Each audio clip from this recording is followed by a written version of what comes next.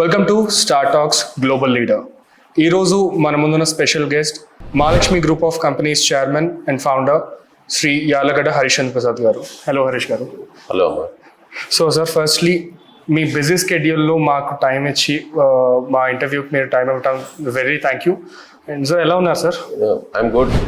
So it's my pleasure actually to give an interview to you. So firstly will start from your childhood sir. మీ కుటుంబ నేపథ్యం and ఎక్కడ పెరిగారు మీరు, so దాని గురించి చెప్పగలరా? సో మా నాన్నగారు ఎలక్ట్రిసిటీ బోర్డులో పనిచేసేవారు. సో ఈ worked in most of the power plants in Telangana. So Ramagundam, Kothagudem, అంటే పాల్వంచ, దాని తర్వాత subsequently as member in Vijayawada and all that. So ఆయన ఎక్కడ పనిచేస్తుంటే ఆ ఏరియాలో నేను చదువుకున్నాను. కొత్తగూడెంలో చదువుకున్నాను, విజయవాడలో చదువుకున్నాను, హైదరాబాద్లో చదువుకున్నాను. So and I studied in many schools and colleges because his job was transferable. So background, education background ఏంటి sir? Like engineering or so what is that background sir? So నేను ఇంటర్మీడియట్ ఆంధ్ర లైలా కాలేజ్లో చదివాను 75-77, and 77 నుంచి 78 దాకా ఆంధ్ర యూనివర్సిటీలో ఇంజనీరింగ్లో join అయ్యాను. But I got transfer to Osman university engineering college in 78.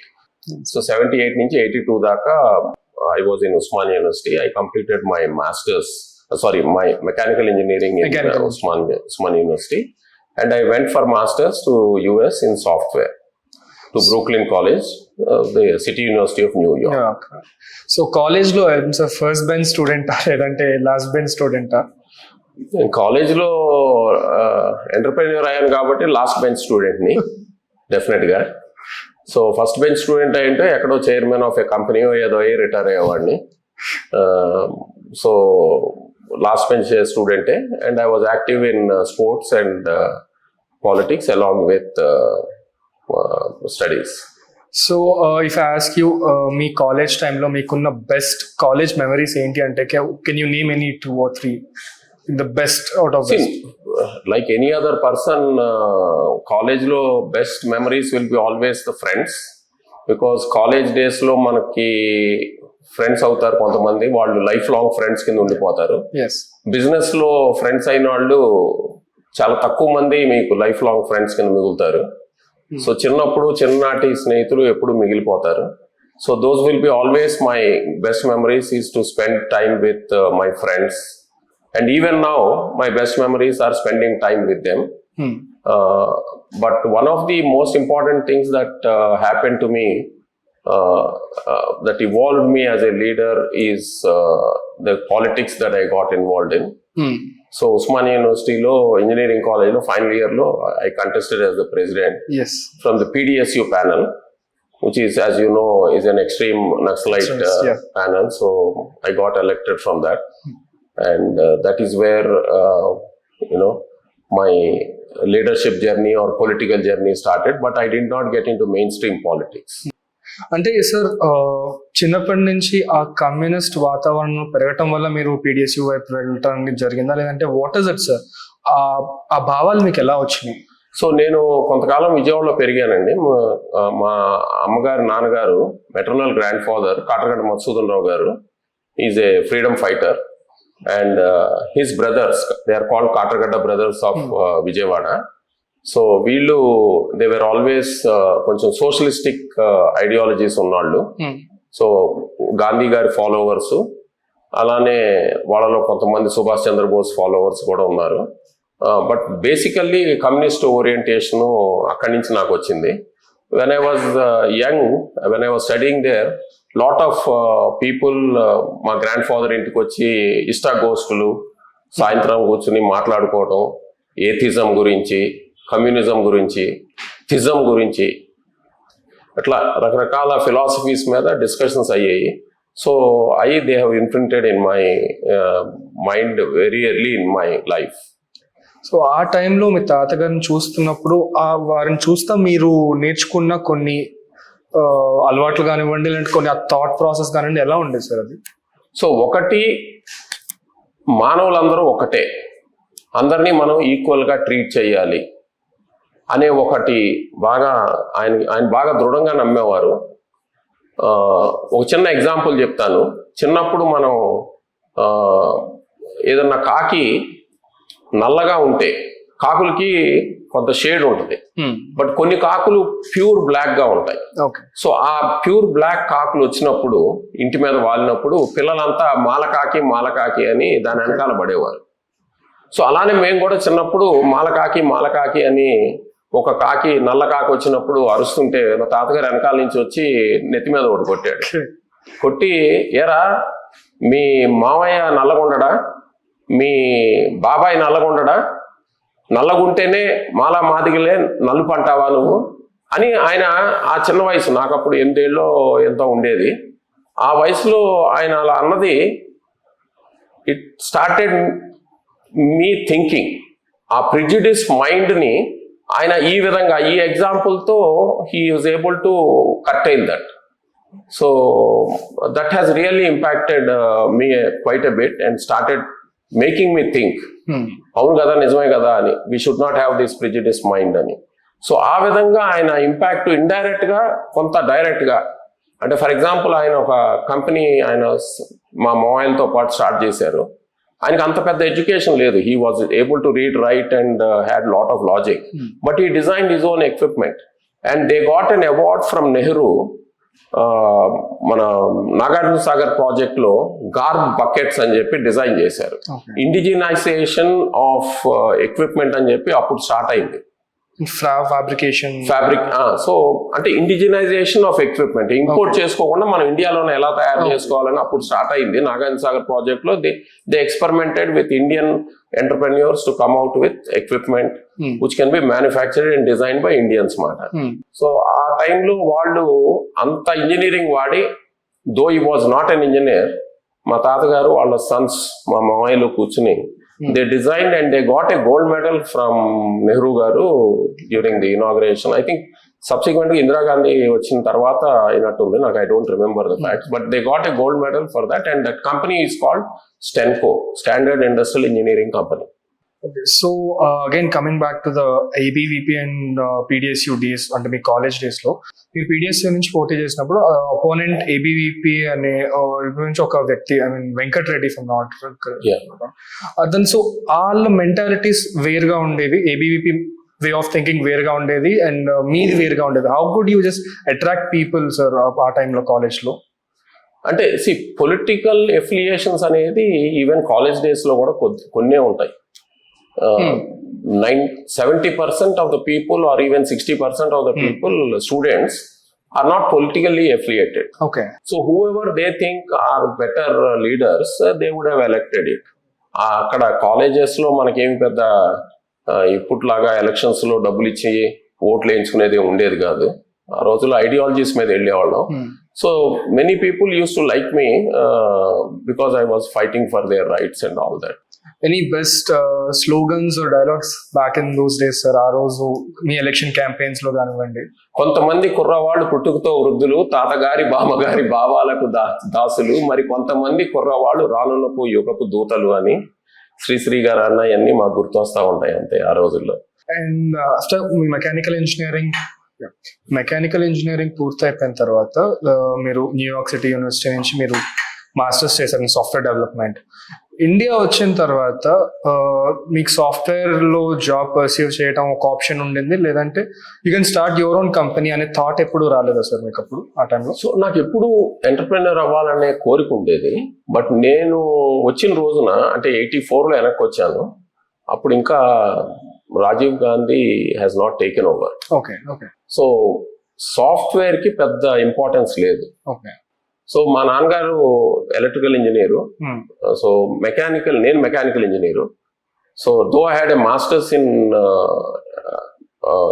In software, my basic degree is mechanical engineering. Okay. So మా నాన్నగారి దగ్గరికి వెళ్ళి అడిగాను, ఏం చేయాలి, ఇట్లా పెద్ద ఎంకరేజ్మెంట్ లేదు ఇక్కడ సాఫ్ట్వేర్ కి అని అంటే, సో సరే నేను అప్పుడు రిటైర్ అయ్యారు ఫాదర్ ఎలక్ట్రిసిటీ బోర్డ్ నుంచి. సో ఒక డెజిన్ అని ఒక కంపెనీకి, కన్సల్టెన్సీ కంపెనీకి పనిచేస్తా ఉన్నారు, ఢిల్లీ బేస్డ్ కంపెనీ, ఇక్కడ హైదరాబాద్ లో ఉంది. So why don't you join me you can learn you can learn power plant engineering కదా అని, అంటే mostly mechanical power plant engineering అంటే. So why don't you join with me అన్నారు. సో ఆయనతో పాటు in that consultancy company I joined and work under him. First designation ఏంటి sir అప్పుడు? So first designation like anybody else, trainee engineer. దాని తర్వాత so I grew up in that company as general manager. So designations are not very important కదా life లో. So I became a resident mechanical engineer. That was what was important in VTPS, Vijayawada Thermal Power Station లో. I became, from the consultancy side, I became the resident mechanical engineer. And that gave me a lot of exposure to one of the best engineers in the world. Okay. ఎందుకంటే Vijayawada Thermal Power Station and the Electricity Board, Andhra Pradesh State Electricity Board అప్పుడు, they had the best engineers in the world. Okay. Power plant side. So my first project of Vijayawada Thermal Power Station. Yeah, first project to Hyderabad lo undi, we used to do the designs and all that for various power plants, including Kota, all those Korba and all that. But resident mechanical engineer కింద వెళ్ళింది మటుకు Vijayawada. Okay. So మీరు ఎప్పుడు చెప్తా ఉంటారు నాన్నగారే నాకు inspiration అని. సో అబౌట్ 11 years మీరు నాన్నగారి దగ్గర పనిచేశారు. సో ఆయన దగ్గర నుంచి మీరు నేర్చుకున్న కొన్ని ప్రాక్టీసెస్ ఏంటి? సో ఆయన దగ్గర నుంచి నేర్చుకుంది ఒకటి, హార్డ్ వర్క్ చేయటం, మెటిక్యులస్ ప్లానింగ్, అండ్ అంటే సిస్టమేటిక్ గా పాయింట్స్ రాసుకుని వాటిని ఫాలో అప్ అవటం, plus more than all these things patience. So ఒక ప్రాబ్లం వస్తే అది అన్సర్మౌంటబుల్ ప్రాబ్లం అని అనుకోకుండా ఆ ప్రాబ్లంని ఎలా చిన్న చిన్న ముక్కలు చేసి ఆ చిన్న చిన్న ముక్కల్ని ఫస్ట్ అటాక్ చేయటం ఒకదాని తర్వాత ఒకటి. ఒకటేసారి బిగ్ ప్రాబ్లంకి వెళ్తే మనం సాల్వ్ చేయలేము ప్రాబ్లమ్స్. ఒకసారి భయం వేస్తుంది, అమ్మో ఇంత పెద్ద ప్రాబ్లం మనం రిజాల్వ్ చేయలేమని. దాన్నే మనం స్మాలర్ ఇష్యూస్ కింద డివైడ్ చేసుకుంటా. అంటే first of all analyse the problem and then divide it into smaller problems. Okay. And then handle the smaller problems one day at a time. So adi vaadi దగ్గర నుంచి నేర్చుకున్నాను నేను. And when we are in working, seniors కొంతమంది నేర్చుకోవచ్చు, కొంతమంది దగ్గర నుంచి how to solve problem నాన్నగారి దగ్గర నేర్చుకున్నాను. అలానే మీ ఆఫీస్ లో కానీ లైక్ వెన్ యూర్ వర్కింగ్ మీ సీనియర్స్ దగ్గర నుంచి మీరు నేర్చుకున్న కొన్ని టిప్స్ ఆర్ ఇలాంటివి ఏమైనా ఉన్నాయా సార్? నాకు ఒక లక్కీగా నేను రెసిడెంట్ మెకానికల్ ఇంజనీర్గా ఉన్నప్పుడు రిటైర్డ్ బిహెచ్ఎల్ నుంచి ఒక ఐ థింక్ ఈడీ ర్యాంక్ లోనో ఎక్కడో రిటైర్ అయ్యారు ఆయన. బిహెచ్ఎల్, భారత్ హెవీ ఎలక్ట్రికల్స్ నుంచి. ఆయన పేరు Lacchanna garu. He's one of the best engineers who is very practical and who has lot of experience. So being an young engineer అంటే నేను వెళ్ళి కనుక ఏదన్నా ఒక ఈ ట్రెంచ్ లో ఈ పైప్ లైన్స్ ఏంటి, దాని డయామీటర్స్ ఏంటి, దాంట్లో ఏమి ఫ్లూయిడ్ వెళ్తుంది, లేకపోతే ఎయిర్ వెళ్తుందా, వాటర్ వెళ్తుందా, వాటి ప్రెషర్స్ ఎంత అంటే, being an young engineer 25-26 years, it was easy for me to tell what it is. Correct. But what I realized from Latsana Garu is that experience counts. That small delta after 30 years of learning is very important in life. Right. So the more experience you gain any project lo, the more you will be more matured. But our delta takes about 30 years, 40 years to learn. Okay, not 40 years, maybe 30 years to learn. So you cannot be excited at 26 that you know everything. Theory tells undotchu, practical ga teliyali ante you need that practical challenge. Different 20 to 30 years experience. Adi kuda concentrated experience that I learned from Latsana Garu, because any troubleshooting in Vijayawada Thermal Power Station during the construction and during the commissioning, ఆయన పిలిచేవారు. ఆయన brain storming చేసుకుని day night అంతా కూడా కూర్చునేవాళ్ళం ఆయనతో పాటు. ఆయన అన్ని ఆప్షన్స్, పర్ముటేషన్స్, కాంబినేషన్స్ అన్ని చూసి, ఓకే ఇక్కడ ఈ టర్బైన్ రొటేట్ అవుతుంటే వైబ్రేషన్స్ పెరుగుతుందంటే oil is not coming properly, so let us check the oil pump.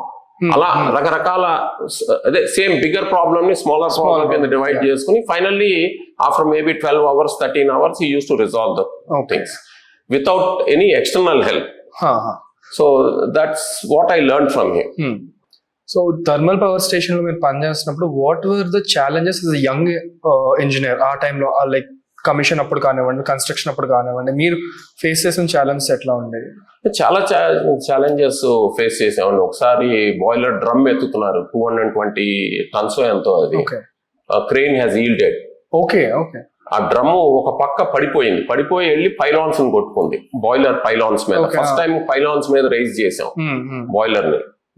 Double pass, single pass boiler చేసి, మామూలుగా మన కోల్ కి డబుల్ పాస్ బాయిలర్ ఉంటుంది, సింగిల్ పాస్ బాయిలర్ చేసి తాతారావు గారు అప్పుడు చైర్మన్, ఆయన ప్రోద్బలంతో ఐఐటి డిజైన్స్ తో పైలాన్స్ డెవలప్ చేసాం, వెళ్ళి పైలాన్ కొట్టుకుంది. So we had to first of all drum health చూసుకోవాలి, because high pressure high temperature ఉంటాయి దాంట్లో. అండ్ దెన్ పైలాన్ ఎలా ఉంది, స్ట్రెంగ్త్ అని చూసుకోవాల్సి వచ్చింది. సో ఇలాంటి క్రిటికల్ మూమెంట్స్ ట్రాన్స్పోర్టేషన్ లో జరిగింది. వాటర్ సిడబ్ల్యూ సిస్టమ్ కి కావాల్సిన ఇంటేక్ వాటర్ సిస్టమ్ తవ్వుతున్నప్పుడు స్లష్ ఫామ్ అయ్యి పడిపోవటం, దానికి డయాఫ్రమ్ వాల్స్ దించటం. క్యాఫ్కాన్స్ ఏదో కంపెనీ ఉండేది, డయాఫ్రమ్ వాల్స్ దించి బెటనైట్ స్లరీ వాడి how to retain those walls అని. For any engineering work these are the challenges that we face. So after a long 11 or 12 years పాటు మీరు అక్కడ పనిచేసిన తర్వాత then you entered Lanco.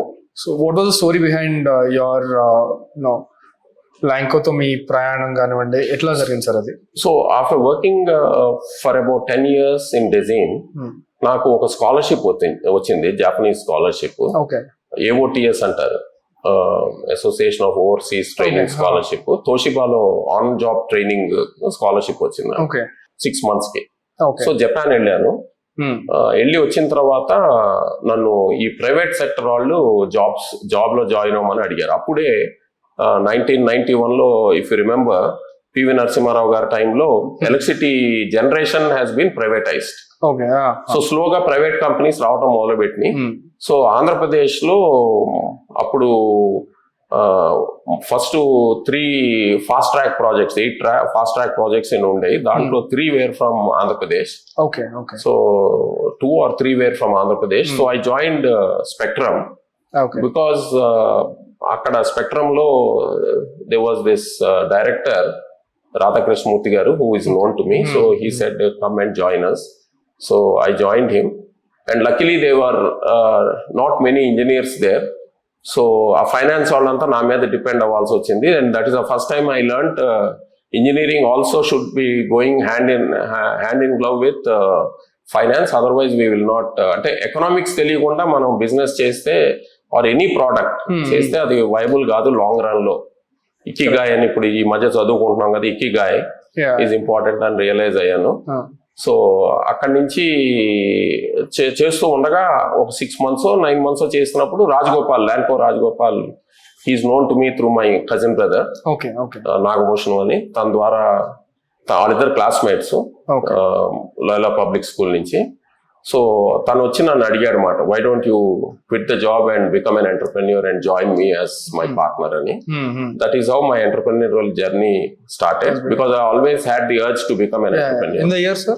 I think this is around 96 or 96 లో. 1996 లో I think I joined Lanco. So so I continued my journey. First project me ఇద్దరం కలిసి చేసింది Lanco కొండపల్లి.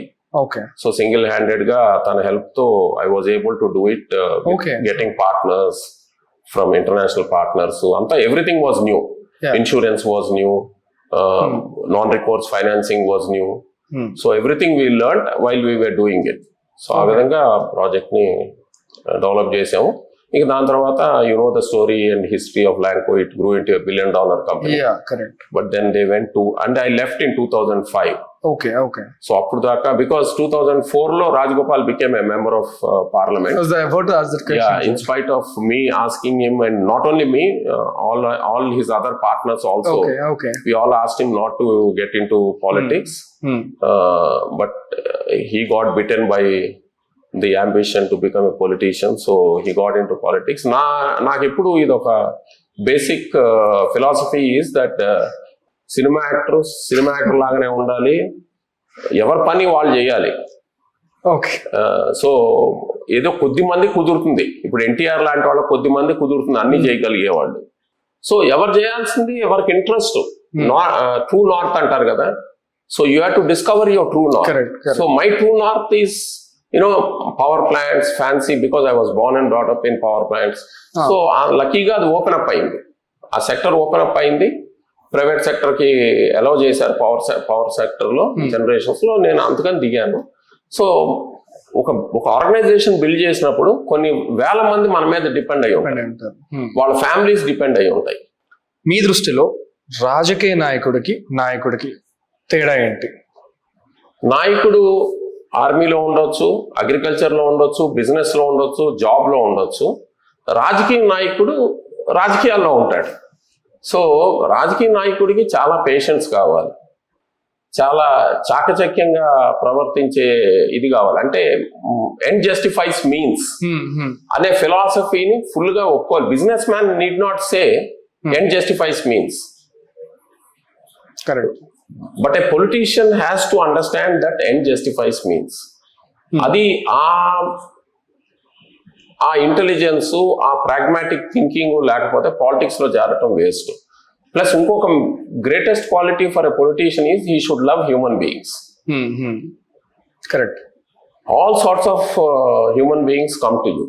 రకరకాల వాళ్ళు వస్తారు మీ దగ్గరికి. కొంతమంది అసలు లాజిక్ ఉండదు, వాళ్ళు అడిగే గొంతెమ్మ కోరికలకి లాజిక్ ఉండదు. సో ఇప్పుడు అగైన్ మీరు ఇప్పుడు చెప్పిన దాన్ని బట్టి మీ దృష్టిలో ఇప్పుడున్న నాయకుల్లో రాజకీయ నాయకుడు ఎవరు, నాయకులు ఎవరు? అంటే రాజకీయ నాయకుడు అంటేనే మంచివాడండి. రాజకీయవేత్త ఎవరు, రాజకీయ నాయకుడు ఎవరు? రాజకీయవేత్త ఎవరు, రాజకీయ నాయకుడు? యా, అది మెయిన్. ప్రతి ఒక్కరు లీడర్ అనుకుంటాడు, ఓటు పడితే లీడర్ కాదు వాడు. కరెక్ట్. సో నా ఉద్దేశంలో మన దేశంలో చంద్రబాబు నాయుడు గారు is one of the best leaders that I have interacted with. Okay. ఆయనకి అన్ని క్వాలిటీస్ యాజ్ ఎ లీడర్ ఉన్నాయి. దాని తర్వాత అఫ్ కోర్స్ మోడీ గారు కూడా ఒక విధంగా I don't endorse all the philosophies of Modi garu, but still I think he is a great leader, political leader. So again, now coming back to 2005, what was the idea behind or the story behind Mahalakshmi Group, sir? So పేరు ఎక్కడి నుంచి వచ్చింది, idea ఏంటి? So Mahalakshmi మా అమ్మ పేరు. Okay. Mahalakshmi బదులు మామూలుగా ఇళ్లలో మనం మహాలక్ష్మి అంటాం కాబట్టి అది అదే విధంగా మా అంటే అమ్మని కూడా వస్తుంది, మా అంటే నా అని కూడా వస్తుంది హిందీలో, సాంస్క్రిట్ లో. సో ఆ విధంగా మహాలక్ష్మి అని పెట్టుకున్నాము గ్రూప్ పేరు. అండ్ నేను చెప్పా కదా 2005 లో బయటకు వచ్చేసాను నేను గ్లాన్కో నుంచి. సో అప్పుడు ఈ గ్రూప్ స్టార్ట్ చేశాను. అదే టైంలో గ్రీన్ కో అనిల్ మహేష్ లండన్ నుంచి వచ్చారు. ఓకే. వాళ్ళు సాఫ్ట్వేర్ లో ఉండేవారు. సో వచ్చి మేము సిడిఎం అంటే కార్బన్ క్రెడిట్స్ ట్రేడింగ్ మొదలు పెడతామన్నారు. అట్లా కాదని చెప్పి అదే టైంలో ఈ బయోమాస్ ప్లాంట్స్ కి బాగా సేల్కి వచ్చినాయి. ఓకే. సో ఎలక్ట్రిసిటీ బోర్డ్ సరిగ్గా పే చేయకపోవటం, వాళ్ళకి ఫీడ్ స్టాక్ సరిగ్గా అందకపోవటం, ఈ రైస్ మిల్స్ నుంచి, ఫార్మర్స్ దగ్గర నుంచి. సో అన్ని ప్రాబ్లమ్స్ మూలాన most of the biomass plants came up for sale. So వీళ్ళు వెళ్ళి నా అడ్వైస్ మీద అని అనలేను, వాళ్ళకు కూడా అనిపించింది. So they went and got the funding, small funding to buy about 4 or 5 biomass plants. Then they asked me, can you be, మీరు ఫ్రీగా ఉన్నారు కదా సార్ అంటే, you are now not with Lanco and you have not taken off any other project, so why don't you join me అని. ఆ time కల్లా నాకు realisation కూడా అయింది, ఫాసిల్ ఫ్యూయల్స్ బర్న్ చేసి మనం డబ్బులు చేసుకునే బదులు ఈ పొల్యూషన్ కాలుష్యం చేసే బదులు we have to think something differently అని చెప్పి అప్పట్లోనే నాకు అనిపించింది. సో వీళ్ళు కూడా ఎనీవే బయోమాస్ అనేటప్పటికి రెన్యూబుల్ ఎనర్జీ కాబట్టి, so I said okay I will be your founding chairman అని చెప్పి 10 ఏళ్ళు గ్రీన్ కోకి ఫౌండింగ్ చైర్మన్ ఉన్నాను. And Anil Mahesh worked extremely well and they built a $1 billion company. I think it's a decathlon now. So it's doing extremely well. So Mahalakshmi start చేసినప్పుడు what were your challenges, మీ ముందున్న challenges, దాన్ని ఎలా tackle చేసుకుంటూ ముందుకెళ్లారు? So ఒక విధంగా చెప్పాలి అంటే మహాలక్ష్మి స్టార్ట్ అయితే చేశాను, డబ్బులు అయితే ఉన్నాయి, ఎక్స్పీరియన్స్ అయితే ఉంది, కానీ బ్యాలెన్స్ షీట్ లేదు. ఇన్ఫ్రాస్ట్రక్చర్ ప్రాజెక్ట్స్ చేయాలంటే బ్యాలెన్స్ షీట్ కావాలి.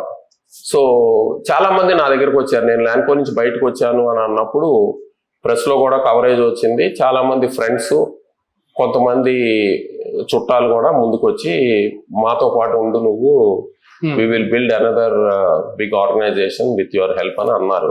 Okay. So I chose unfortunately a partner who is related to me, Okay. but they were not very, అంటే ఇన్ఫ్రాస్ట్రక్చర్ కి దమ్ము కలేజా కావాలి, రిస్క్ టేకింగ్ యాపిటైట్ కావాలి, Yeah. Because they are lot of risks. Correct. ఒక infrastructure project చేయాలంటే మేము Matrix గీసుకుంటాం, risk Matrix అని. ఒక్కొక్క రిస్క్ ని ఎలా మిటిగేట్ చేయాలని చూస్తాం. ఆ metrics important. Okay. So normal గా ఒక సెకండ్ జనరేషన్ ఆల్రెడీ ప్రాస్పరస్, ఒక ఇల్లు ఉంది, ఒక ఫామ్ హౌస్ ఉంది, న్యూయార్క్ లో ఒక అపార్ట్మెంట్ ఉంది, అన్ని ఉన్నాళ్ళు, పిల్లలు బాగా చదువుకున్నారు, అందరు సెటిల్ అవుతున్నారు అనుకునే వాళ్ళ ఫైర్ ఇన్ ద బెల్లీ ఉండదు. That's my mistake. I can't blame anyone. So ఈ కంపెనీతో నేను అసోసియేట్ అయ్యాను, మహాలక్ష్మిని వాళ్ళ కంపెనీతో అసోసియేట్ చేశాను. Things did not move well. Though we got lot of infrastructure. ఆ ఎక్స్పీరియన్స్ ఏదైతే నా పవర్ ప్లాంట్స్ లో ఉందో that's an infrastructure experience. So దాంతో we started doing lot of, చాలా ఎంతూజియాజంతో చేశాను నేను. బట్ ఒకదాని తర్వాత ఒకటి నరుక్కుంటూ వచ్చారు. సో ఇదొద్దు ఇదొద్దు ఇదొద్దు అని, because they did not have the fire in the belly. I can't blame them. Because they are comfortable people. I am not comfortable. So I have the hunger. I mean, you have the better vision than them. Vision they also may be having. But mainly I had the hunger. Okay. And they had to take lot more risk than me. Okay. So, which Rajgopal took. Right? So అది అందరికీ కుదరదు. Partnerships అనే life లో 1-2 సార్లే work out అవుతాయి. Correct. So that did not work out. So I lost lot of valuable time because of that. But then as I told you, ఈ fossil fuel fired వాటి మీద పెద్ద మనసు వెళ్ళే కొందికి ఐ హ్యాడ్ ఇష్యూస్. సో ఎందుకులే అని చెప్పి ఇక I'm sticking to sustainable projects. In Mahalakshmi, we do a lot of sustainable projects. So, ఆ టైంలో మీరు సిఐఐ ప్రెసిడెంట్ గా కూడా చేశారు. అబౌట్ 2013-14 ఆ టైంలో. So how did it happen sir? Like me presidential journey ఎలా సాగింది సిఐఐ ఏపీ చాప్టర్ ప్రెసిడెంట్ గా? సో అప్పుడు AP combined. Okay. So so నాకు యాక్చువల్లీ నన్ను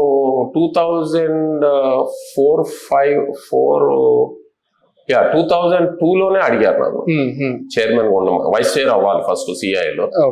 నన్ను తర్వాత నెక్స్ట్ ఇయర్ చైర్ అవుతారు. బట్ ఆ టైంలో నేను ల్యాండ్ కోన్ బిల్డ్ చేస్తా ఉన్నాను. So I did not have the time and you know enthusiasm to become to deviate. So ఆ టైంలో I didn't accept. So after a few more years, when I was relatively free and out of Lanco and all that, they asked me again. So I became the vice chair and next year I became the chair. ఆ టైంలో ఈ Telangana agitation peak లో ఉంటాం. So I was, I think, one of those rare industrialists who said that because Telangana agitation మూలాన చాలా loss అయింది ఇండస్ట్రీకి ఈ డివిజన్ రాకపోవటం వలన. Because of my background, college background, socialistic thinking and understanding the actual history of what has happened. Correct. How the unholy alliance between the then Andhra into Hyderabad state happened. So history lo koncham velte మనం 1950లో Hyderabad state was formed 49లో. Correct, 49. And 49లో after the Razakars were driven out and Nizam was removed by Sardar Vallabhbhai Patel and General Chaudhary. So I think Operation Polo. So dan tarvata we got they were annexed with India. And it's called Hyderabad state. So 1950 నుంచి 49 end నుంచి 1956 దాకా November 1st దాకా Telangana Hyderabad state was an independent state. Correct. Meanwhile, Andhra, which was part of Madras Presidency, got divided in from the Madras Presidency in 1953. So 53 నుంచి 56 దాకా it was an independent state. Correct. Right? ఈ రెండింటిని కొంతమంది పెద్దలు కూర్చుని they decided that okay మన కులం అటు ఉంది, మన కులం ఇటు ఉంది అని చెప్పి వాళ్ళ ప్లానింగ్ తో వాళ్ళు దాన్ని తీసుకొచ్చి ఒక ఆంధ్రప్రదేశ్ అని పెట్టారు. ఓకే. అదే టైంలో కమ్యూనిస్టులు కూడా సమైక్య ఆంధ్ర, కంబైన్డ్ ఆంధ్రప్రదేశ్ గా ఉంటాం బెటర్ అని చెప్పి దానికి ఒక పేరు పెట్టి ఆంధ్రప్రదేశ్ చేసి కంబైన్ చేసి పెట్టారు with lot of gentlemen's understanding. దాని తర్వాత వాంచు కమిషన్ రిపోర్ట్ అని ఒకటి పెట్టారు. ఈ ఫ్యాక్ట్ చాలా మందికి తెలియదు. సో ఆంధ్రప్రదేశ్ మెడ్రాస్ ప్రెసిడెన్సీ నుంచి డివైడ్ అయినప్పుడు వాంచు కమిషన్ రిపోర్ట్ అని ఒకటి పెట్టారు. ఇక్కడ శ్రీకృష్ణ కమిషన్ లాగా వాంచు కమిషన్ రైట్. దాంట్లో ఆయన క్లియర్ గా ద క్యాపిటల్ 3 చాయిసెస్ ఇచ్చాడు. The first choice of the capital is on the other side of Bezawada, on the banks of river Krishna. అని ఆయన క్లియర్ గా రాశాడు. Second choice Tirupati. Some people want it in Kurnool, but I am not recommending Kurnool అన్నాడు. Okay, so something like that he has used. But first choice was where Amravati is. Other side of Vijayawada. అప్పుడు అమరావతి అని పేరు లేదు. Then Kaleswara Rao గారు అని విజయవాడలో Kaleswara Rao market ఉంటుంది. కాళేశ్వరరావు గారు ఒక పెద్ద ఫేమస్ కాంగ్రెస్ లీడర్. ఆయన పుస్తకంలో కూడా if you see other side of the river a capital ఉండాలి అని ఆయన అన్నారు. ఇది చంద్రబాబు నాయుడు గారు డిసైడ్ చేసిన క్యాపిటల్ కాదు ఇది.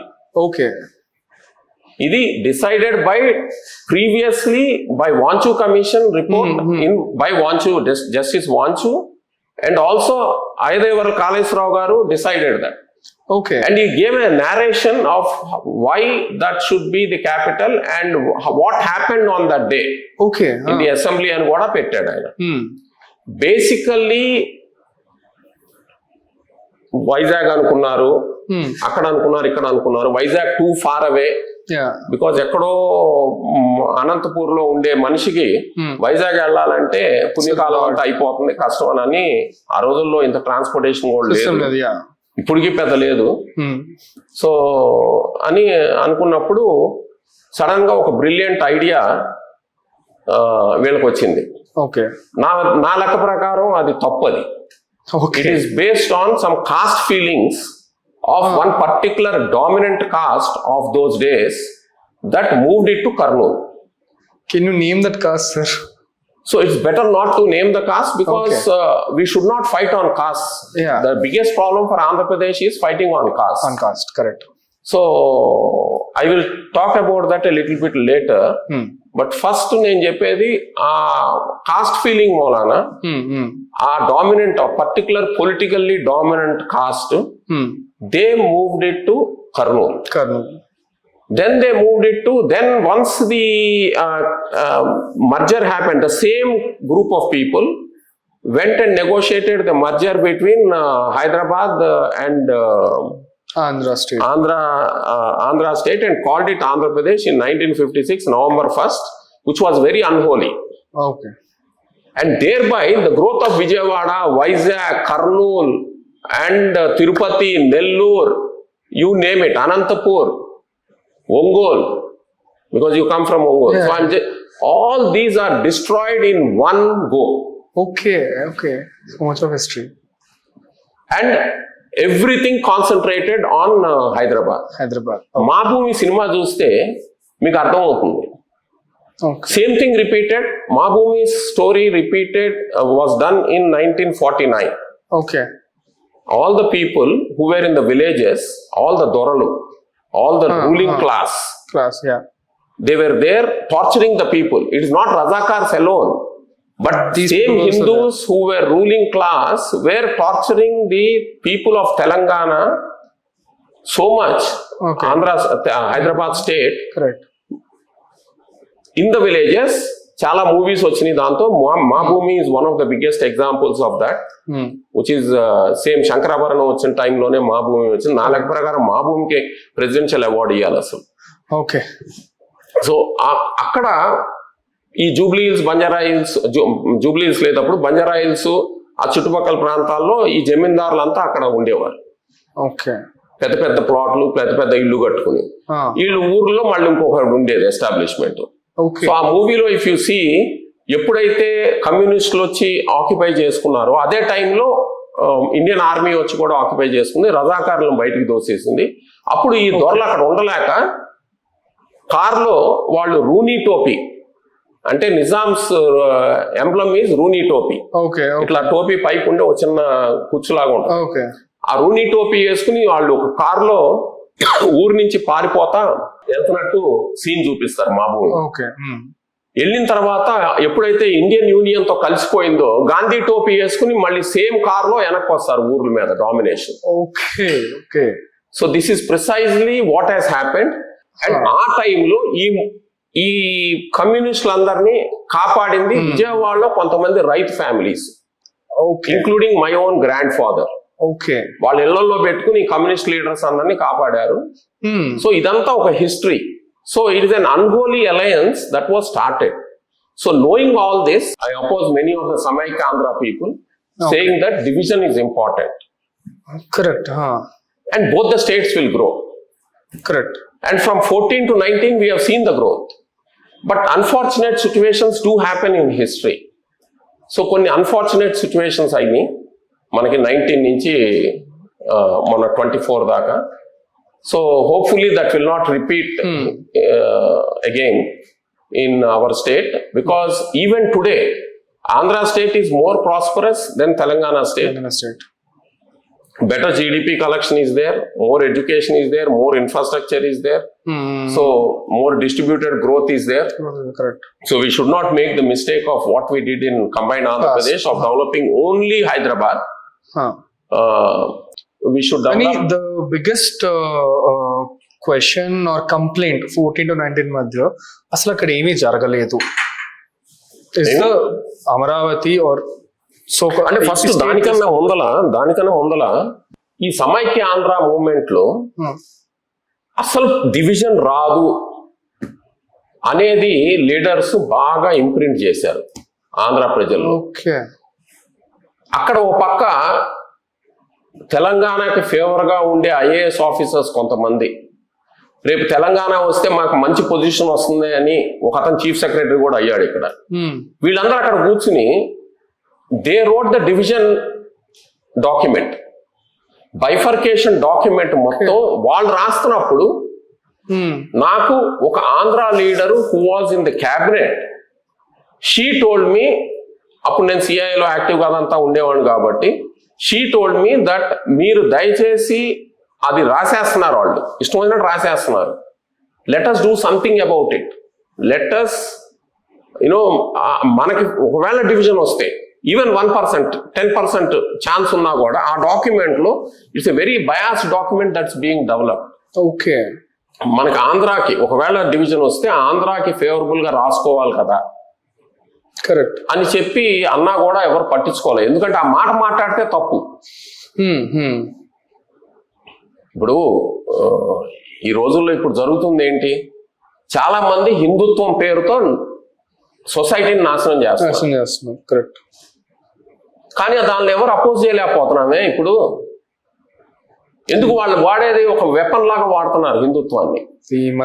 సేమ్ వే ఆ రోజున సమైక్యాంధ్ర వాళ్ళకి ఎవరు అపోజిషన్ చెప్పి అరే బాబు మనం కొంచెం ట్రై చేద్దాంరా, మన డాక్యుమెంట్ లో ఏదో చూసుకుందాం అంటే ఎవరు ముందుకు రాలా మన లీడర్స్ ఎవరు. ఎందుకంటే ప్రతి ఒక్కరికి భయం వేసింది, ఒకవేళ వెళ్ళి ఆ డాక్యుమెంట్ మీద ఏమన్నా తర్జన పడి ఏమన్నా డిస్కషన్ పెడితే వీడు సమైక్యాంధ్ర వాడు కాదు, వీడు డివైడింగ్ ఆంధ్ర వాడు కాబట్టి అని చెప్పి వాడిని కొట్టడం, ఇంటి మీద పట్టడం ఇవన్నీ చేస్తారన్న ఉద్దేశంతో వాళ్ళు పాపం ఎవరు లీడర్స్ ముందుకు రాలా.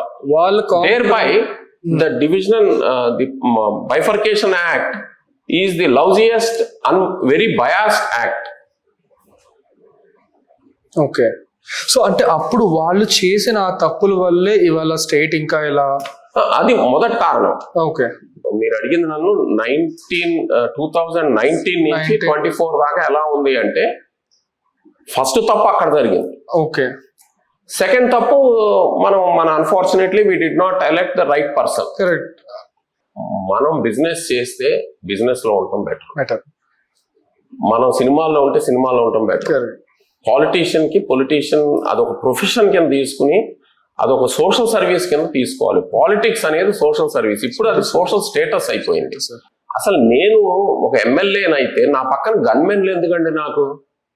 నేను ప్రజలు నన్ను ఎన్నుకున్నారు, మళ్ళీ ప్రజల్ని దించి నేను ప్రొటెక్ట్ చేసుకోవడానికి గన్మెన్లు పెట్టుకోవడం ఏంటి పక్కన? ఇదేమి సంస్కృతి నాకు అర్థం కావట్లేదు అసలు. కరెక్ట్. అదొక సోషల్ స్టేటస్. ఆడు మన ఇంటికి గెస్ట్ కింద వచ్చినా మన ఫ్రెండ్ అయినా కూడా బయట గన్మెన్లు వెయిట్ చేస్తారు. ఆ సఫారీ డ్రెస్సులు వేసుకుని ఎందుకు వేస్ట్ చేయడం? అది public. We are not a rich country. Correct. మనం యూరోపియన్ దేశాల్లో చూసాం, ఆడు ప్రెసిడెంట్ కూడా సైకిల్ మీద తిరుగుతూ ఉంటాడు. అంత ప్రొటెక్షన్ కావాల్సి వస్తే అసలు నువ్వు ఎందుకు అయ్యావు? నిన్ను ఎవడో చంపుతాడు, ఎవడో కొడతాడంటే నువ్వు ఎందుకు అయ్యావు?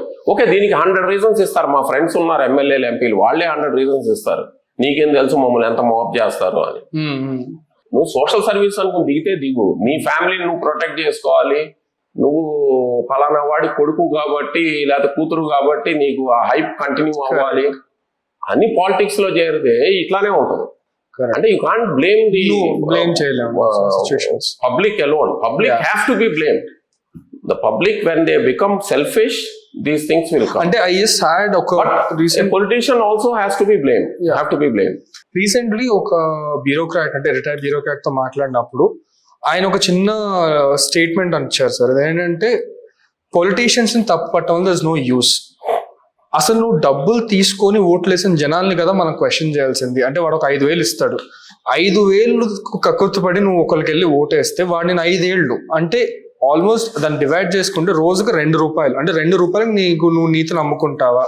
అది కదా మనం జనాలను అడగాల్సింది అని ఒకటి అన్నారు. దాని మీద మీ కమెంట్? అంటే ఒక బ్యూరోక్రాట్ అన్నాడు, రిటైర్డ్ బ్యూరోక్రాట్, అంటే ఆయన కొంచెం సోషల్ యాక్టివిస్ట్ లాంటి.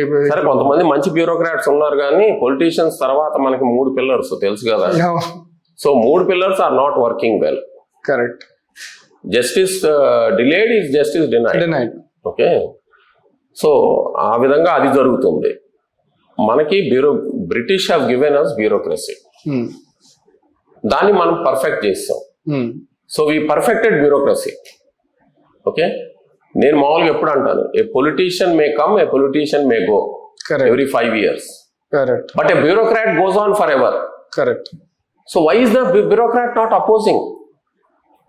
If a politician is not doing well, why is a bureaucrat not opposing? ఇంతమంది ప్రజలు అపోజ్ చేయక్కర్లా. ఉన్న 1,00,000 మంది బ్యూరోక్రాట్స్ అపోజ్ చేస్తే ఈ కంట్రీలో ఇమ్మీడియట్ గా రెవల్యూషన్ వస్తుంది. If all the bureaucrats today take a decision that I will not sign a file which is based on corruption అని అనమనండి. Bureaucrats includes IPS officers also. Correct. Bureaucrats includes not only IAS, IRS, IFS, forest service, అన్ని all UPS and state exams లో pass అయిన వాళ్ళందరూ కలిసి maybe ఓ 10 లక్షల మంది ఉంటే వీళ్ళందరినీ కలిసి ఒక ఓత్ తీసుకొని ఇవాళ నుంచి మేము ఒక్క ఫైల్ కూడా కరప్షన్ తో వచ్చింది చెయ్యము, మీ ఇష్టం ఏమైనా చేసుకోండి అని అనుమాను 1 month లో సెట్ అయిపోతుంది కంట్రీ అంతా. Why we bother about 100 crores పైన ప్రజలతో ఎందుకు మనం? Why should we bother? We can immediately change everything. Coming back to business sir, సెడిబస్ అని ఒక వెంచర్ తీసుకొచ్చారు మీరు. So what was the idea behind the సెడిబస్? అంటే okay, when the state was formed, new state 2014 లో మేము మహాలక్ష్మిలో we took a decision that we should contribute to the growth of Andhra Pradesh, a new state which is having lot of positives ఉన్నాయి. Okay. Coast line ఉంది. Correct. Okay, అది కాక airports ఉన్నాయి, distributed airports ఉన్నాయి, well educated people ఉన్నారు, skills considerably good skill sets ఉన్నాయి, entrepreneurial qualities ఉన్నాయి మనుషుల్లో, and basically education levels were also much higher. Correct. And it's a distributed state. If you see there are lot of growth centres. Tirupati growth centre, Nellore growth centre, Anantapur, Kurnool, ఇటు పక్కకు వస్తే రాజమండ్రి, కాకినాడ, విజయవాడ, గుంటూరు, ఒంగోలు, అన్ని చోట్ల. ఇప్పుడు ఒంగోలు ఉందన్నా కూడా it's a growth centre because granite mining and all that was there and all that. and lot of ports can be developed. Already lot of ports were there, and more ports can be developed and very well connected అని అనుకున్నాము. But there are also అంటే SWOT analysis చేసాం. Okay. There are also few drawbacks for our state. Okay. Okay. We are very emotional people. Drawbacks is in ఎట్లాంటి? అదే చెప్తున్నాను. We are very emotional people. Like Gujaratis or like Marwadis, we don't think for growth. Suddenly we become emotional. It may be because of the agrarian society that we were living in. Okay. మామూలుగా industrialisation అయిపోయిన తర్వాత live let live ఉంటుంది. అవును. But agrarian సొసైటీలో మన చిన్నప్పుడు సినిమాలు కూడా చూస్తే ఎన్టీఆర్ ఏఎన్ఆర్ సినిమాలు చిన్న కాలువ గట్టు మీద కొట్టుకుంటారు. కరెక్ట్. స్టోరీస్ అన్ని కాలువ గట్టు ఇటు మూవ్ అయిందని, రాత్రి ఎవడో ఇటు మూవ్ చేశాడని అటు మూవ్ కొట్టుకుంటా ఉంటాం. సో అది అగ్రేరియన్ బేస్డ్ థింకింగ్, ఆ రూరల్ థింకింగ్ ఉంటుంది. సో ఒకటి emotional people. Second thing is individualistic thinking. అంటే ప్రతి ఒక్కడు ఒక ఇద్దరు కూర్చున్నారంటే 3 పార్టీలు అయ్యి, ఇద్దరు ఇండివిజువల్ గా ఒక పార్టీ, కలిసి ఒక party. Okay. Argumentative. Andhras are called very argumentative people. ఇది కాక most important devil that exist in Andhra Pradesh is caste system. Caste system. So నేను పర్సనల్ గా విత్ మై కొలీగ్స్ నేను అనుకుంది ఏంటంటే మహాలక్ష్మిలో it is our state, let us grow the state and we have made some money. So ఈ మనీని let us spend in a nice way and develop the mind, body, soul of people. మనం చూస్తే మా లచ్చన్న గారు అనేవారు, ఆయన పాపం ఎక్కడో శ్రీకాకుళం నుంచి వచ్చాడు, విజయనగరం నుంచి. ఆయన పుట్టుపూర్వ.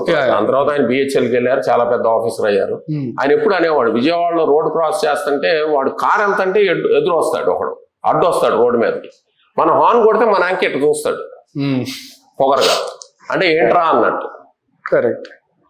మామూలుగా కయ్యానికి దిగుతారు, మాట మాడితే కయ్యానికి దిగుతారు, లాజిక్ ఉండదు, పాడు ఉండదు. మళ్ళీ తీరా దిగితే పారిపోతారు, అది వేరే విషయం. సో ఇదంతా ప్రగల్భాలు. 10 మందిని చుట్టూతా వేసుకుని నా కులం వాడిని వేసుకుంటాను, నా మతం వాడిని వేసుకుని నేను గుండాగిరి చూపిస్తాను, గుండి ఒక షర్టు గుండి తీసేస్తాను, 10 మందిని లాఠీలు పట్టుకుని తిరగమంటాను. ఇది కామన్. మనకి కొంచెం అగ్రేరియన్ సొసైటీలో ఉండే డ్రాబ్యాక్స్. సో అందుకని మైండ్, బాడీ, సోల్ డెవలప్ చేయాలి. సో మైండ్ ఏమో సెడిబస్, అంటే సెడిబస్ లో మేము స్టార్ట్అప్ ఈకో సిస్టమ్ డెవలప్ చేయటం, పిల్లలతో ఇంటరాక్ట్ అవటం, హౌ టు గ్రో, ఇవన్నీ పక్కన పెట్టి హౌ టు గ్రో అని సెడిబస్ అని స్టార్ట్ చేసాం. సెడిబస్ అంటే క్యాటలిస్ట్ అని లాటిన్ లో. సో దానికి ఒక సిఇఓ అని పెట్టి దానికి ఒక ఇన్ఫ్రాస్ట్రక్చర్ డెవలప్ కూడా చేసాం, మహాలక్ష్మి హబ్ అని. అది ఇప్పుడు దాకా రెంట్ కూడా ఇవ్వలేకపోయాం. దానికి ఓసీ వచ్చి ఇప్పటికి 6 ఏళ్ళు అవుతుంది. 60,000 square feet building. So I'm just telling you, I'm not worried about those things. They're a part of my business life. తర్వాత మన బాడీ ఊరికే కూర్చుని కొలెస్ట్రాల్ పెంచుకుని కూర్చునే బదులు కొంచెం బాడీని యాక్టివ్ చేయాలి. ఎలా అన్నప్పుడు సో ఇండియా ఎక్స్ట్రీమ్ అని చెప్పి ఒక కంపెనీ పెట్టి దాని కింద ఎక్స్ట్రీమ్ స్పోర్ట్స్ అంటే cricket, badminton very popular. Correct. Chess is also very popular, but chess is more a mind game than a physical exercise. Undi physical కూడా చెయ్యాలి, కొంచెం the body కూడా యాక్టివ్ ఉండాలి. So anyway, predominantly the mind game. So we wanted to have some extreme sports, like Spartan race. We call that as Satavahana race. So we wanted to have car races. We wanted to have X Games. So ilanti X Games has more viewership than Olympics, by the way, in the youth. So atla anukunnappudu we got the idea, brilliant idea, that Babu garu, Chandrababu Naidu garu wanted to bring Formula 1 car racing to Hyderabad. Land acquisition kuda notice icharu appudu. But appudu Congress vallu they opposed it, saying that oka car race lu which is bada babuldi ante economic sense ఆలోచించకుండా ఎన్ని hotels వస్తాయి ఏంటి అని ఆలోచించకుండా అని ఏదో అన్నారు. అదేదో వర్కౌట్ అయింది. అప్పుడు he lost his power.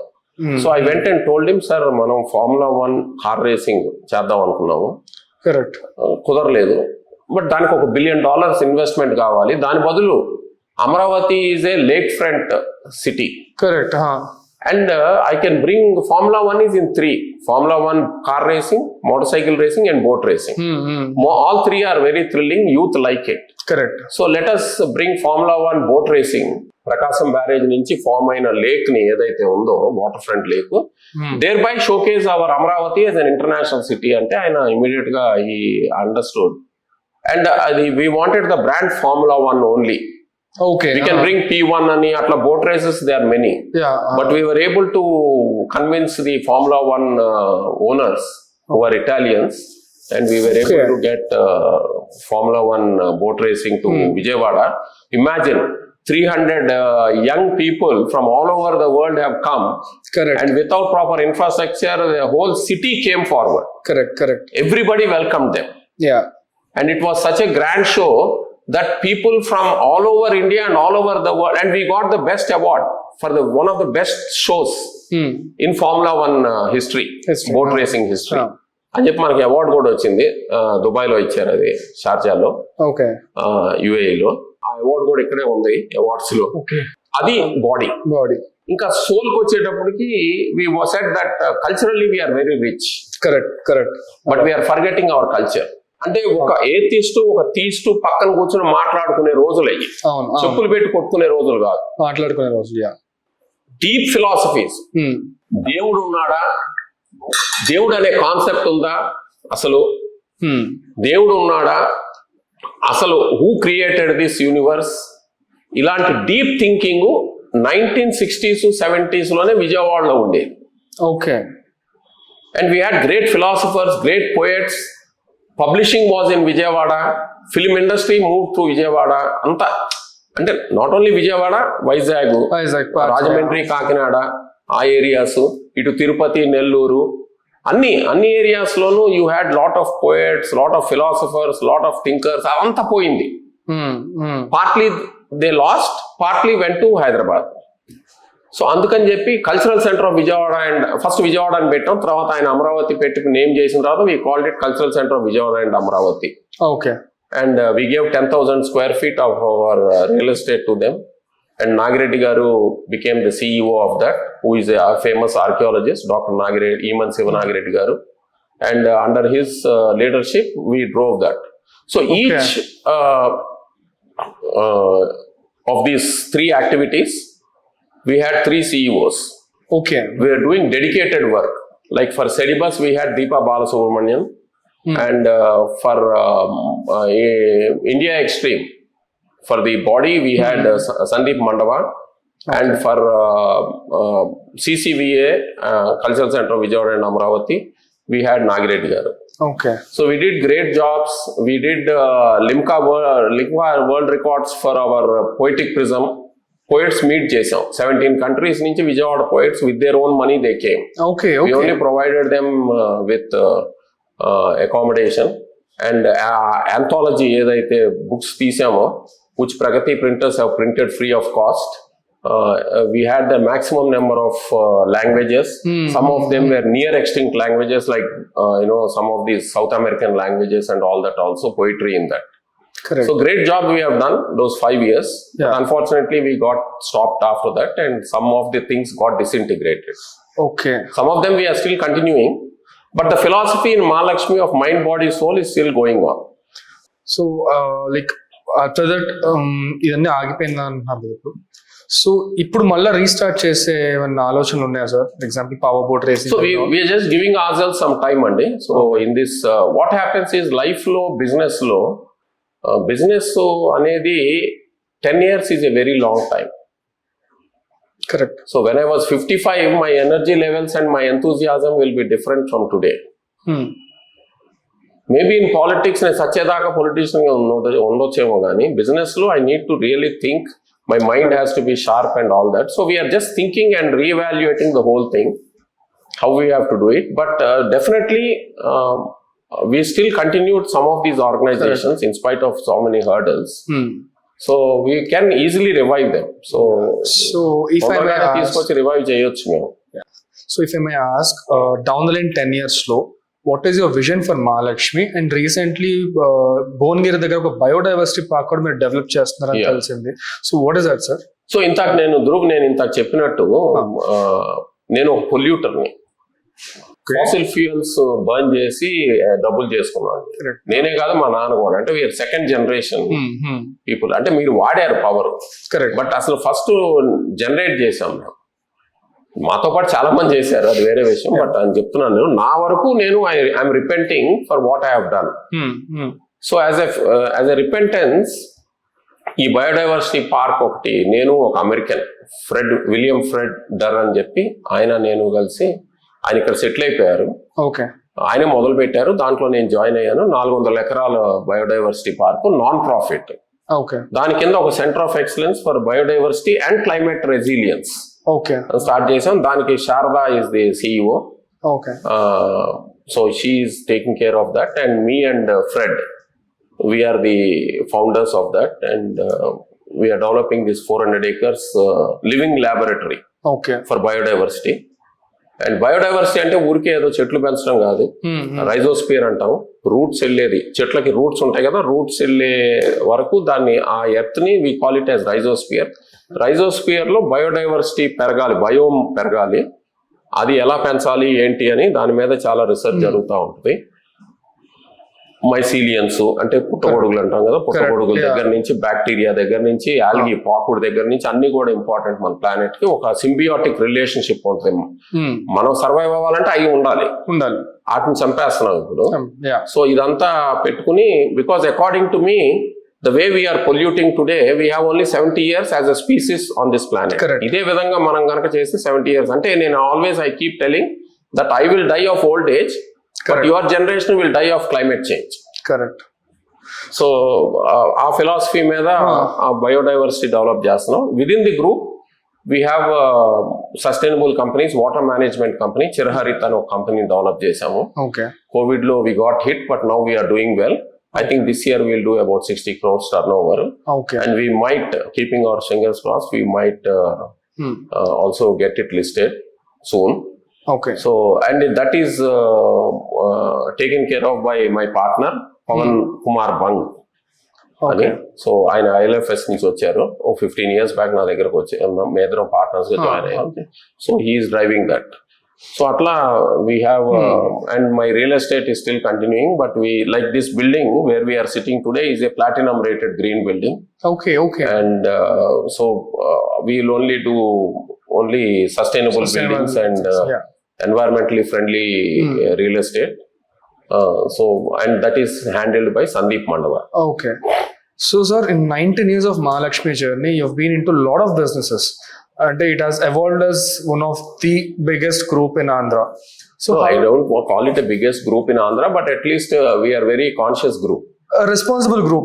Responsible group. How do you operate, sir? Inni jarugutuntayi simultaneous ga, so ela operate chestunaru? So I am a chairman and a founder andi, so I don't get involved into day to day operations. I was in Lanco, I was an MD, so I was getting into nitty-gritties. But today I have entrepreneurial qualities ఉన్నని group లోకి తీసుకున్నాను నేను. Even failed entrepreneurs also joined us, and they drive they are my equity partners, and they drive the group. I don't drive the group, I only give ideas, because I keep about 50% to 60% free time పెట్టుకుంటాను. So as a family office, Mahalakshmi family office, we invest into startups also.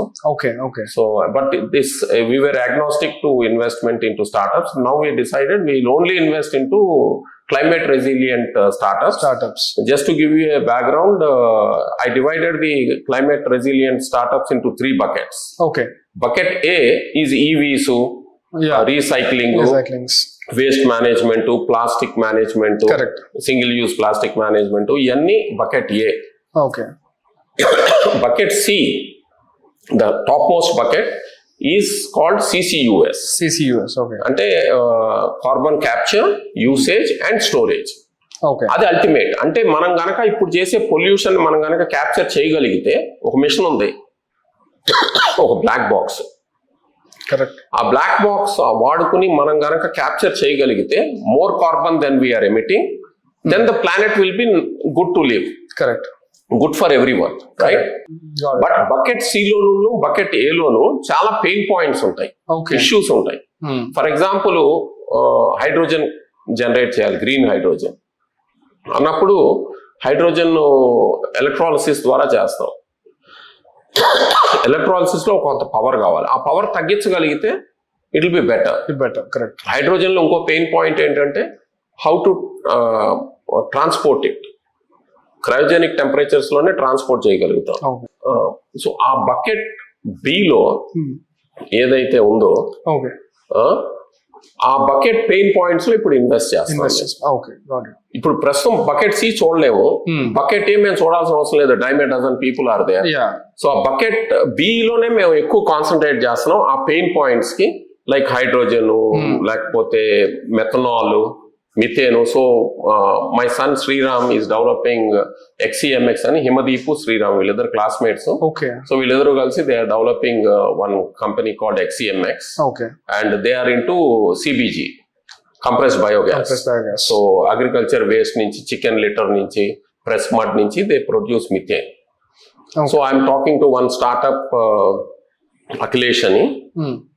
He's with ARCI. ఇక్కడ ఒక organization ఉంది కదా, government of India organization, they are helping him. అక్కడ తాతా నరసింహారావు గారు అని ఆయన retired director, ఆయన help చేస్తున్నారు. సో అక్కడ ఏంటంటే he wants to capture CO2 emitted by cement plants and bring hydrogen, mix it and make it into methanol. Methanol. Okay. So ఒక waste నుంచి useful product తయారు చేయటం. Okay. Waste to cradle to grave కానకుండా cradle to cradle మాట, Got it. circular economy. So I'm working on all these startups and all that. So Too many of ideas. yeah, so this is one of my activities, is to sit with the young minds and try to understand, because they are more bothered about the environment than us. Correct. And now, sir, in our generation, being very honest, our generation, we always have that one preconceived notion that entrepreneurship is nothing but making easy money and oka chinna ido chestadi. So we are more interested in making easy money than in the process chesi kastapadi scratch nunchi build cheyadam ante we look after like easy money. Correct. So దీన్ని మీరు ఎట్లా చూస్తారు? So what is that one thing we should all come out of that? అంటే definitely there is no easy money, but the stories that you hear in social media is people who made easy money. Okay. Who are like 100 companies లో చూస్తే 100 companies చూస్తే maybe 1 company will make easy money, and the next 9 companies may be making money out of hard work, and 90 companies may B not making any money, they must be losing. ఇవన్నీ మాట్లాడడం, మనం losing మాట్లాడడం, ఆ 9 కూడా ఎక్కువ మాట్లాడడం, only ఆ 1 company గురించి మాట్లాడడం. Correct. So now you are seeing కదా, $1 billion company, Decathlon companies are also falling down. So again, I think that the youth have to realize that, and they will realize that over time. Definitely. Nowadays, so at the very early ages, like schooling nunchi skills, entrepreneurship, ఇట్లాంటి subjects ని inculcate చేయటం వల్ల will that make any change? So definitely గా skill sets ఏ కాకుండా for job creation there are 2 subjects that we have to introduce in schools itself, not in colleges, in schools itself. ఒకటి entrepreneurial qualities develop చేయాలి, independent thinking develop చేయాలి, ఇంకొకటి మీద depend అవ్వకుండా ఉండేటట్టు develop చేయాలి. అరగెన్స్ కాదు, యాజ్ ఎ ఫిలాసఫీ. రెండోది ఏంటంటే ఎన్వైరన్మెంటల్ ఎథిక్స్ కూడా డెవలప్ చేయాలి. కరెక్ట్. ఈ ఎన్వైరన్మెంటల్ ఎథిక్స్ అనేది ఇంట్రడ్యూస్ చేసేయాలి ఇమీడియట్ గా. అండ్ ఎట్లయితే ఎంటర్ప్రెన్యూరల్ క్వాలిటీస్ ఒక సబ్జెక్ట్ గా ఇంట్రడ్యూస్ చేయాలో ఎంటర్ప్రెన్యూర్షిప్ అనేది, అదే విధంగా ఎన్వైరన్మెంటల్ ఎథిక్స్ కూడా ఇంట్రడ్యూస్ చేయాలి స్కూల్ లెవెల్లోనే. Right. And final question, young entrepreneurs కి మీరు ఇచ్చే కొన్ని వాల్యుబుల్ టిప్స్ సలహాలు ఉంది. So you can. సో ఈ ఇంటర్వ్యూలో చెప్పాను నేను, ఒకటి ఇకిగాయ్. అంటే before ikigai, first of all don't pursue money, follow your true north, find what is your true north. Once you find the true north can be acting, the true north can be, climate resilience, The true north can be just like you, YouTuber. Yeah. Okay, true north can be anything. Once it is true north, something magic will happen to you. Correct. Okay, what is that magic is? Law of attractions will happen to you.